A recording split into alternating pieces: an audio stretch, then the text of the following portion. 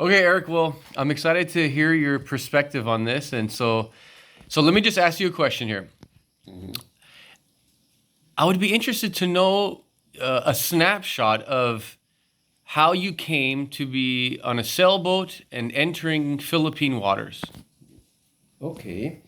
Um, After a long trip across the Pacific that took years, uh, I ran out of money and sailed to Japan to get some money organized. I did some teaching and stuff, and I find the culture there fabulous and very interesting. And I got totally sick of it after a few weeks, maybe. And I was absolutely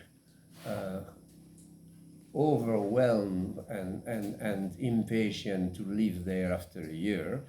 So after a year living Japan, I straight southwest to the Philippines, and I found everything that I needed existing again, which is not just the adventure of sailing, which was adventurous because it's one low pressure after another. So you keep on hiding before the next low arrive. So you dry out, and the boat is kind of reset. Finally, everything is dry. You go, you just in time for the next one, right? So you have to learn that no, you have to dry out and then wait for the next one to pass and then go. So we find that out. And I arrived in the Philippines from the northeast. So first island we saw was Catanduanes. It was blowing like hell. I hadn't slept for more than 2 days. It was my third night. And I arrived totally exhausted. I had one girlfriend as a crew sailing with me, who was pretty exhausted as well. And in these really rough seas, we saw some boat we believed to be in trouble. They looked like light outriggers. So I approached them. I was downwind and going quite fast. And I saw this outrigger, and the small point that was outside of it was actually translated by a guy who was flying on top of this outrigger while the other one was in the boat steering, and they were screaming. They were so fast. They were much faster than us. And that was just about it was no, definitely the most fabulous outrigger sailing display I've seen.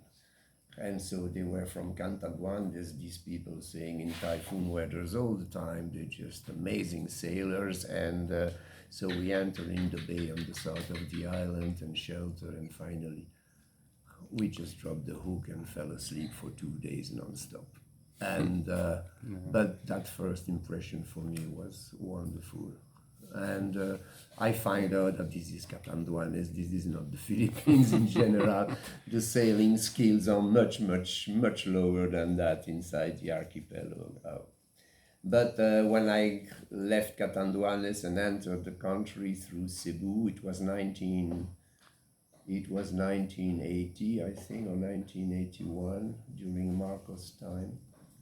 And I got off the boat, and we asked the people, how do you clear immigration? We found only one yacht in the whole area. There was no boats at all. And then they laughed. Don't worry about immigration. Nobody cares here.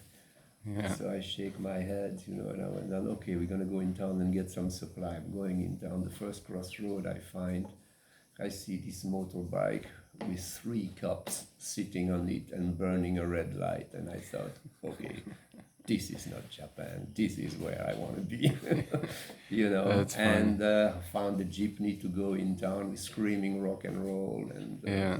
anything goes. And I found myself in total anarchy and exactly in the center of where I wanted to be after Japan. And so I think I could live here was my first reaction, which never happened to me since I was, sailing more than 20 years. I never thought about how there would be a place where I would like to live. But the reaction from Japan was that in the Philippines. And it's Hmm. later on I found Tambubo where you are because it was a good anchorage and all that. But that's mainly my arrival in the Philippines.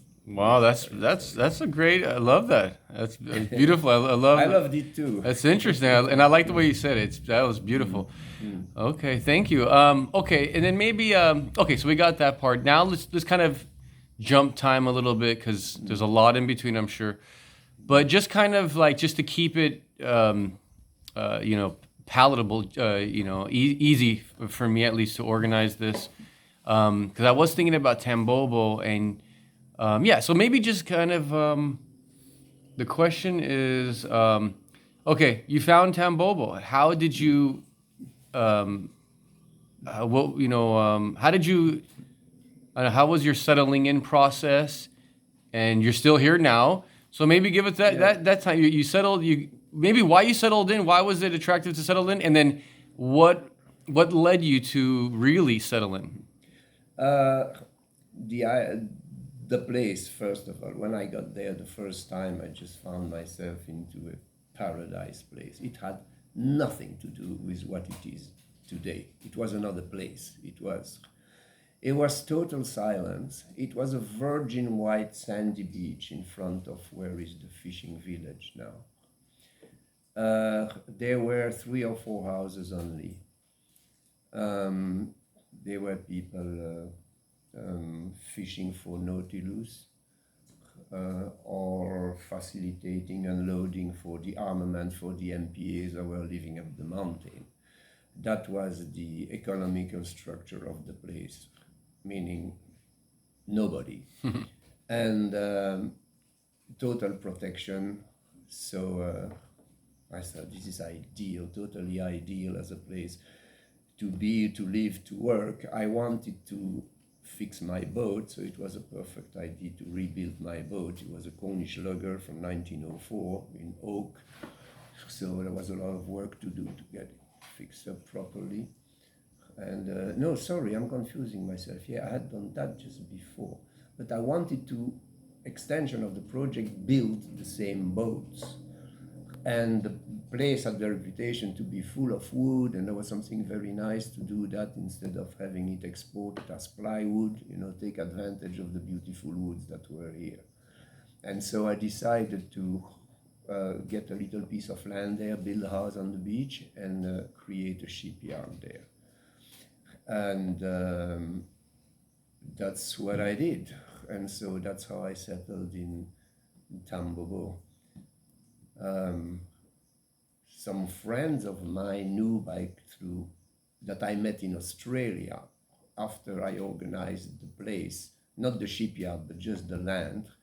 I went to Australia to sell my boat, my old boat that I had rebuilt, and I left some money in the Philippines for some guys to start purchasing some wood and preparing my stuff. And when I was in Australia, I was meeting up with some sailing friends and telling them about it, and everybody got wow, wow, wow. And then we lost track. I did my thing in Australia. I stayed there about half a year or a year, I'm not sure. Then I sold my boat, packed up, and came back to Tambobo Bay to start my boat building adventure. And when I arrived, instead of finding a deserted bay, there were 7 boats there, all friends of mine that all wanted to see this place. And so we had a scene that was excellent there. There was a lot of, it was a young crowd, and lots of music, and leave it on the beach and nobody around, and the best place for our boats, and it was a real fantastic scene.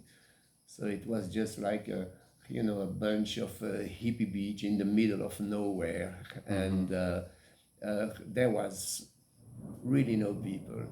And one friend of mine was bringing his old pilot boat, an old pilot boat from England, a Brixham trawler.